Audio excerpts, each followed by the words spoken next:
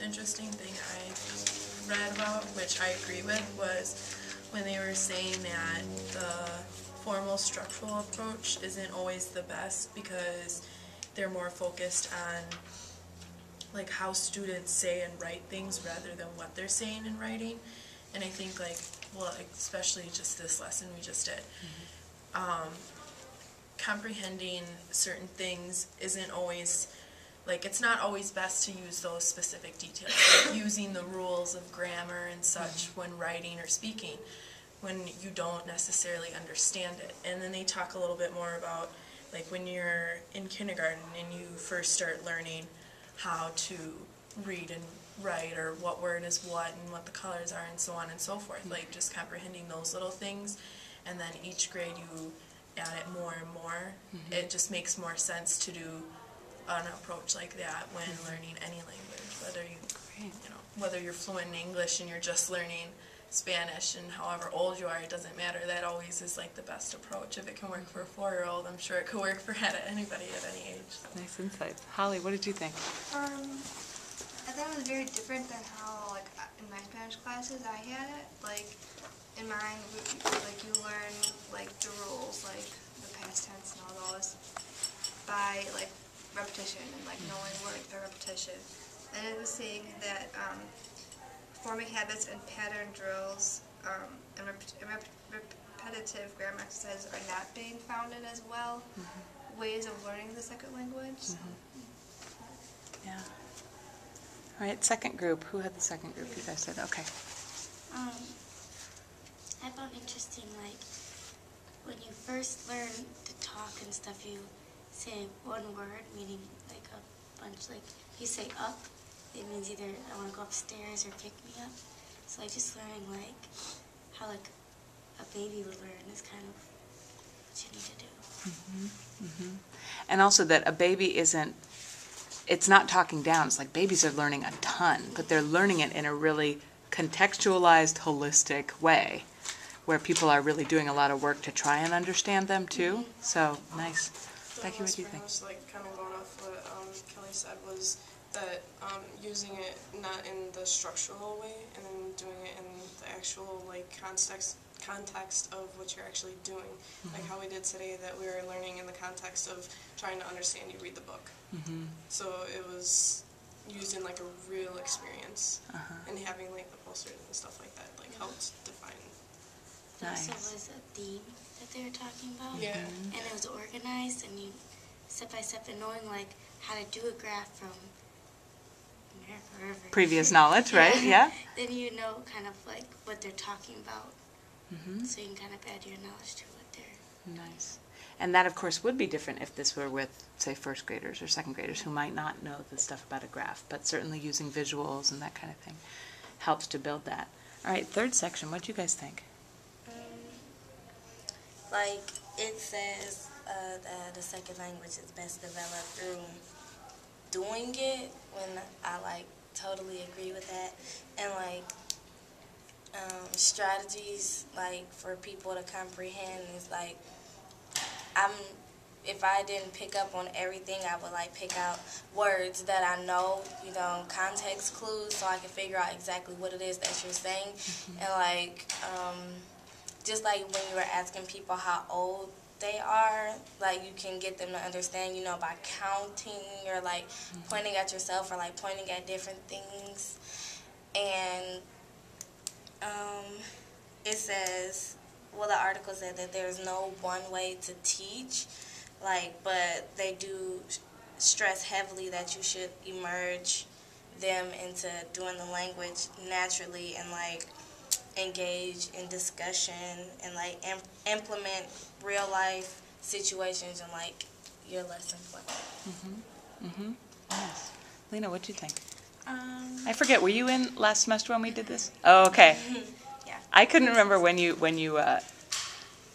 you know, stopped coming, so I was like, I can't remember. But anyway. I thought this, well, reading was really interesting. Our section was on the frameworks, the different, like, ways that you can integrate second language learning, and there's I don't know, Well, we did one today that was the sheltered, where, you know, you immerse the students in different activities to help them learn the language, and things that are easy, but you learn it kind of through the content area. And then there's also just, you learn the language to support the content area, and those are two totally different things, I think, because you can learn the language to help you learn the content area, but I think if you don't know the content area, you can struggle a lot. Nice. So what were some of the strategies that you guys found yourselves using, especially those of you who had studied a little bit more Spanish and those of you who had less? And maybe I'd be curious to know what it was like going through this twice, once with a much bigger class and once with a smaller class. So yeah, talk to me a little bit about your personal response. I used your posters the most, with the faces, and then you asking us how we're feeling today, the graph, connecting words that I knew also before on my own, to help speak it to you, and then knowing some of the things and then hearing them from you, because I might not be able to understand Spanish that well, but I know like how to speak a little bit of it, so that was helpful too. But pretty much, and that and the gestures were really helpful, like following along with you, which is really easy to drift off. I noticed that because I was doing it when you were reading the book a lot, when I don't understand what you're saying, but the gestures and like the hand movements and stuff like that is really helpful to explaining it. So Yeah. are you a visual learner? I'm very much a visual learner, yeah, and like hands-on stuff too. But yeah, like the little posters and like seeing that, it was like, and when you explained it, I was like, I don't know what you're talking about, but I already know what I have to do. Right. Having that visual there was really helpful. Other people's responses. Yeah, Angie. Like showing like your emotions like with the book kind of like made you feel like, oh, they were scared, oh, they were happy. You kind of related or something.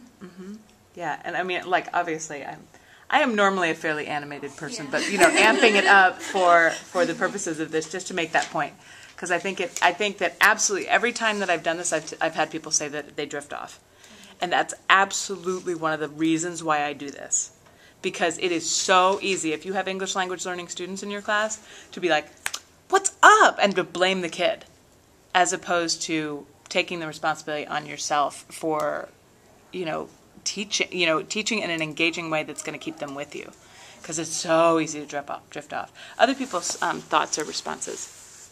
I saw some hands a minute ago. It's like Yeah. listening to it too, and there were a lot of words that you can kind of figure out on your own, like what it actually is, like monstrous. You know, you kind of figure it out. Right. It's monster. Right. You know, and things like that. Right. Both. Bote? Yeah. Things like that. Right.